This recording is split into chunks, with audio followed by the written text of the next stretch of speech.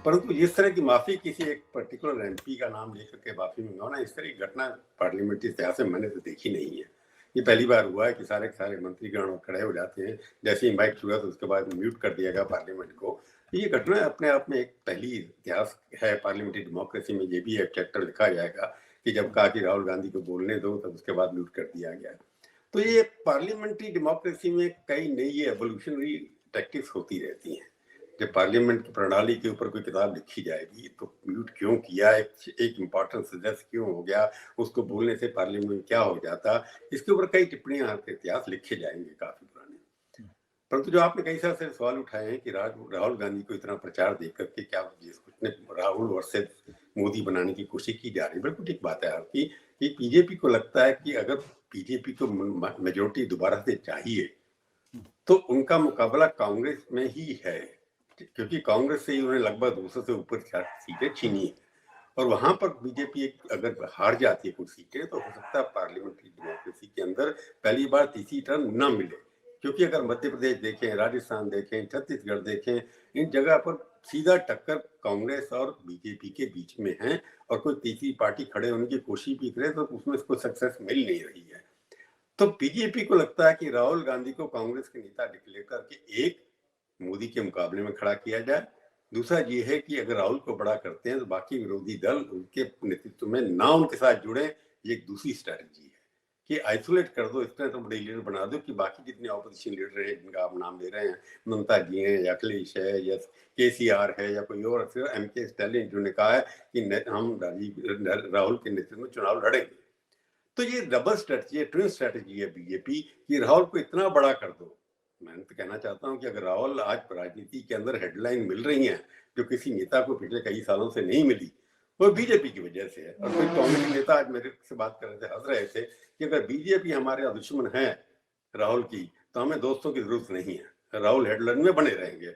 और सब TV channel, सब अखबार वाले जो राहुल को पहले इग्नोर करते थे, पहले पप्पू का मजाक उड़ा करके, अब पप्पू से उनको नेता बनाने में बीजेपी का सहयोग है। इसके लिए हम मोदी जी को और उनके मंत्रिमंडल को बहुत बहुत धन्यवाद देते हैं। 6 मंत्री एक व्यक्ति के पीछे जरूर भाषण देते हैं, पहली बार हुआ है।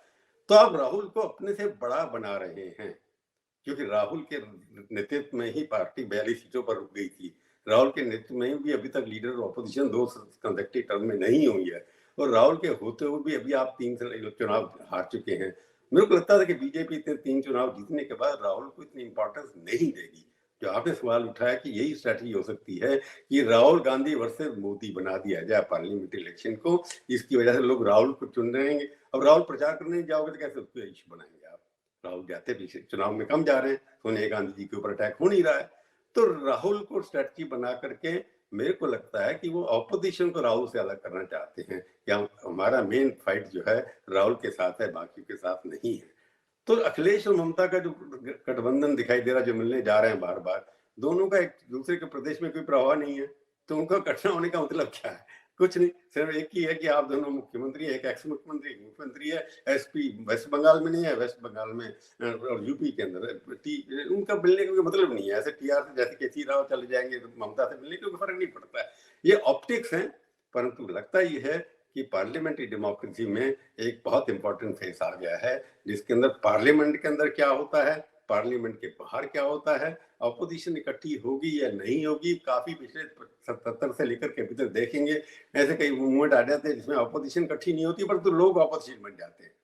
तो क्या वो मूवमेंट आएगा कि अपोजिशन नहीं है पर अपोजिशन जनता है जो वोट देने जाती है और स्टेट के अंदर चुनती है कि इसको वोट देना है? तो ये देखने वाली बात है। एंटी इनकम्बेंसी 10 साल की है, उसके अंदर चाहे राहुल इंपॉर्टेंट हो ना हो, और मोदी जी बोल रहे हैं तो आप उनको हटा नहीं सकते। राहुल जो है कहाँ 2% पॉपुलरिटी होती थी, अब 10, 12, 14% पे पहुंच गए हैं पॉपुलर वोटिंग के अंदर। ये भी मीडिया का प्रभाव है या बीजेपी का एक्सेसिव उनको प्रोजेक्शन देने का प्रभाव है कि राहुल की रिकॉल वैल्यू बढ़ती चली जा रही है। और सवाल पूछने जाएंगे किसी से कि दूसरा पॉपुलर प्रधानमंत्री कौन हो सकता है, जिसका नाम सबसे ज्यादा अखबारों में छपेगा, जिसका नाम ज्यादा डिस्कस करेंगे, आप जितनी गालियां उसको याद देंगे, रिकॉल वैल्यू ब्रांड में यही होता है कि रिकॉल वैल्यू क्या है। तो रिकॉल वैल्यू ब्रांड बढ़ती चली जा रही है। राहुल की पॉपुलरिटी, नॉन पॉपुलरिटी राहुल की है, परंतु उनको वोट मिलेंगे नहीं मिलेंगे ये किसके ऊपर काफी डाउट है। आवाज नहीं आ रही? प्रभु जी, आज के सवाल इस बात को लेकर ये है कि आज की तारीख में अगर राहुल गांधी को हम 2019 का राहुल गांधी समझ रहे हैं, तो क्या आपको नहीं लगता है भारतीय जनता पार्टी भूल करी हो कि 2019 के राहुल गांधी की क्रेडिबिलिटी उतनी ज्यादा नहीं थी? ये सब जानते हैं। भारत जोड़ो यात्रा के बाद उनकी क्रेडिबिलिटी में इजाफा हुआ है। आज उनके बारे में नेगेटिविटी बहुत कम है। 2019 में विपक्षी एकता बिल्कुल नहीं थी। आज अडानी के नाम पे जो जिस तरीके से संसद के अंदर मीटिंग्स मल्लिकार्जुन खड़गे बुलाते हैं, उसमें तमाम विपक्षी नेता एक साथ आते हैं, एक सुर में बोलते हैं। क्या ऐसा तो नहीं कि बीजेपी की ये रणनीति उनके ऊपर बुमरांग न कर जाए? नहीं, जो आप कह रहे हैं कि राहुल गांधी, मैंने पहले भी कहा ना, पप्पू से नेता बनना, ये ट्रेवल किया उन्होंने 2017 से लेकर 2004 से वो एमपी हैं, तो लगभग 20 साल 2 टकेट हो गए हैं। 20 साल के अंदर बहुत बड़ा नेता बन जाना चाहिए था उनको, वो भी नहीं बने, परंतु अपनी इमेज सुधारने में एक्सेप्ट हुए हैं। जो उन्होंने 4000 किलोमीटर की यात्रा की, लोगों को डाउट था, मेरे जैसे को भी डाउट था कि तो बीच में से कहीं चले जाएंगे, छुट्टियों पर गायब हो जाएंगे, या कुछ हो जाएगा, या कुछ ऐसा goof अप करेंगे जिसके ऊपर बीजेपी वालों ने बहुत खुशी की, कोई goof अप हो, कोई किसी औरत का पिक्चर छाप दिया, कुछ और छाप दिया, पर वहां क्लिक नहीं किया। तो उससे ये है कि राहुल की क्रेडिबिलिटी, सीरियस पॉलिटिकल लीडर हैं वो अपने आप में, तो ये थोड़ी सी क्रेडिबिलिटी उनकी जरूर बढ़ी है, परंतु उनकी एक्सेप्टेबिलिटी, जो उनका विजन क्या है कि बार बार जो बोलना, जो उनका कम्युनिकेशन जो है, बीजेपी पॉलिटिक्स में क्या होता है कि आप लोगों के साथ कैसे जुड़ते हैं। अभी तक डायरेक्ट जैसे मोदी जुड़ जाते हैं लोगों के साथ, सीधा साधा संवाद करते हैं, राहुल जी में अभी वो स्किल आई नहीं है कि पॉलिटिकल वर्कर को अपने साथ कैसे जोड़ना है। वो सिर्फ अब जाकर के आप लंदन में भाषण कर लेंगे या इंटेलेक्चुअल भाषण कहीं कर लेंगे, परंतु अभी तक कम्युनिकेशन स्किल, जनता के इशू उठा करके जनता से कम्युनिकेट करना, उनसे संवाद करना, वो अभी आर्ट के अंदर कांग्रेस के अंदर कोई नेता अभी तक है नहीं।